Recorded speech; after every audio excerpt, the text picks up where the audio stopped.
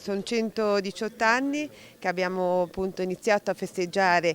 Ufficialmente è nata la Croce Verde l'8 aprile del 1908. Abbiamo iniziato i festeggiamenti il 10 aprile con una bellissima serata svolta a Villa Durazzo. Ci tengo a ringraziare lo Scoglio di Sant'Erasmo perché ci ha permesso di fare una bellissima serata a titolo gratuito, in modo che le offerte che siamo riusciti a ricavare in quella serata ci permette così di di acquistare dei materiali che sempre mancano. Una mostra per i primi 60 anni.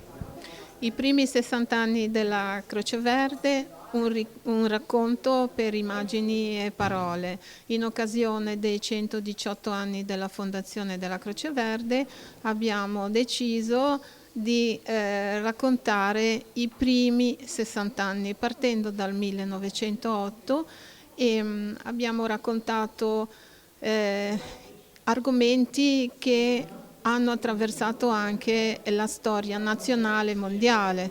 Il primo disastro al quale la Croce Verde ha partecipato è il terremoto di Messina e Reggio Calabria del 1908. C'è anche una gazzetta ufficiale dove si rende merito alla Croce Verde di aver partecipato a questo soccorso.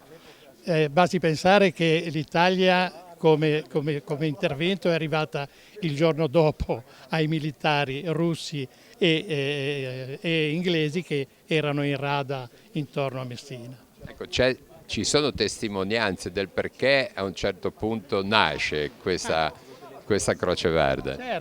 Certo, sì, nasce per lo stesso motivo per cui sono nate i mutuo soccorso, nel senso che la gente cercava di aiutare le persone simili a loro, erano tutte persone del ceto popolare, preoccupati di come avrebbero potuto affrontare un problema senza aiuti.